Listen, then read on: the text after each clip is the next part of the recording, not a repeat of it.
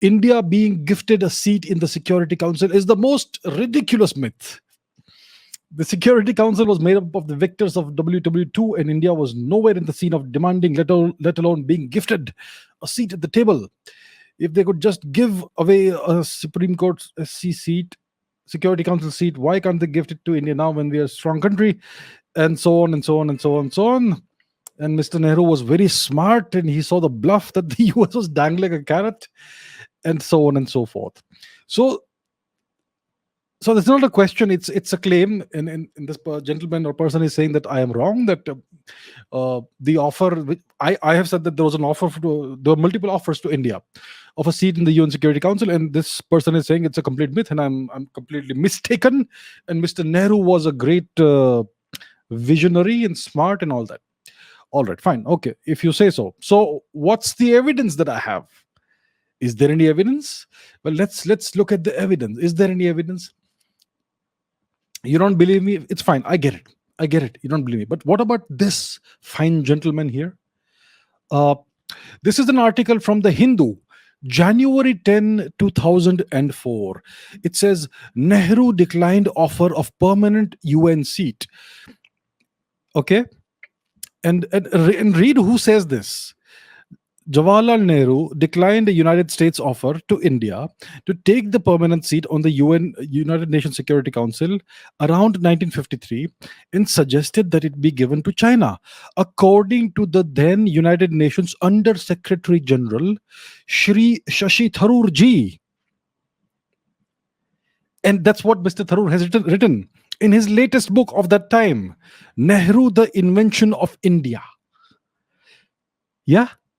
So if you don't believe me, do you believe the magnificent Shri Shashi Tharoor ji or not? Do you? Do you not? And let's examine this case further. Yeah.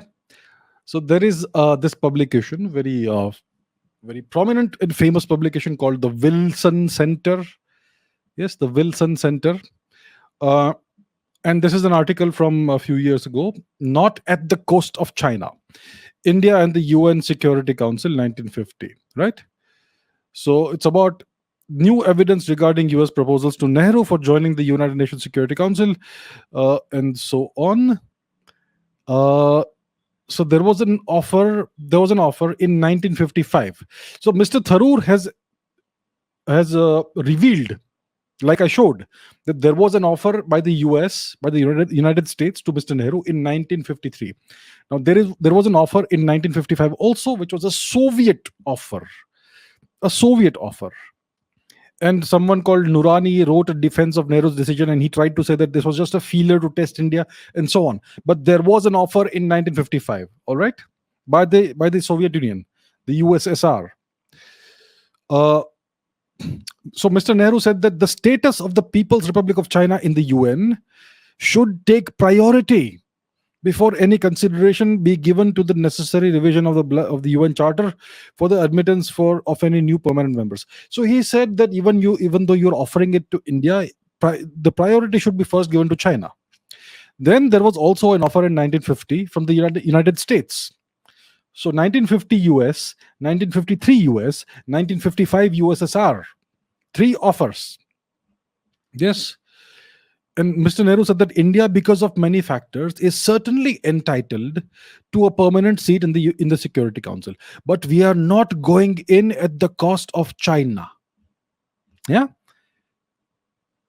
India's ambassador in Beijing optimistically briefed Zhou Enlai that they believed in the UK and Egypt would support the PRC's assumption of China's Security Council seat, giving it majority support. So they were lobbying to ensure that China gets this thing.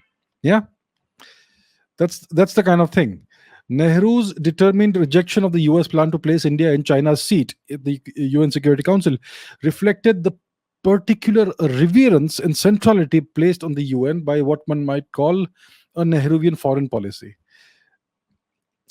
That Nehru made so adamantly clear that India did not want to replace China in the UN Security Council, and furthermore, that the issue of China's representation in the UN must take a priority over any possible consideration of India gaining a permanent seat in the body, underlies the centrality of China to Nehru's foreign policy.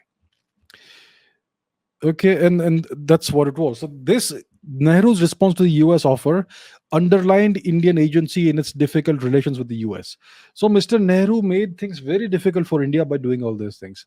The United States wanted to offer that permanent seat in the UN Security Council to India, and Mr. Nehru repeatedly rebuffed this offer. And he said that priority should be first given to China. Only then should we talk about India. Whom was Mr. Nehru serving? Was he supposed to serve the people of India, the country, the nation of India, or was he supposed to serve the people of China? Yeah, whom was he supposed to serve? That's the question. So he repeatedly rejected these offers, not just from the United States, but also from the USSR. And here's something interesting. And then we know that then there's also this offer that the US made during President Kennedy's time of offering nuclear weapons technology to India. And Mr. Nehru rejected that as well. This is before 1962, when India and China went to war, when China invaded India. Had India acquired nuclear weapons technology at that time, China would have not dared to invade India in 1962. So Mr. Nehru ensured that this doesn't happen. Now, there's one more interesting piece of evidence. This is after 1962. This is a news clipping from 1963. Please take a look at this. A news clipping from 1963. India still supports bid of China for United Nations seat. The sister of Prime Minister Nehru said on Friday that India is ready to support China's admission to the United Nations, even though her country fears a new attack by Chinese troops. It's a matter of principle. It has nothing to do with relations between any country and the government of China. Vijaya Lakshmi Pandit, the sister of Mr. Nehruji, said at a news conference in New York. Yeah. I don't see how there can be a world organization from which 1/5 of the world's people is excluded. So once again, even after the Chinese war on India, Mr. Nehru and his sister were pushing for China's inclusion in the United Nations Security Council at the cost of India, at the expense of India. So this is the kind of foreign policy India had. So these claims that Mr. Nehru was smart enough to see something or whatever, and this offer is a myth. Come on, who are you? What world are you living in? Whoever this gentleman or person is, this is an established fact.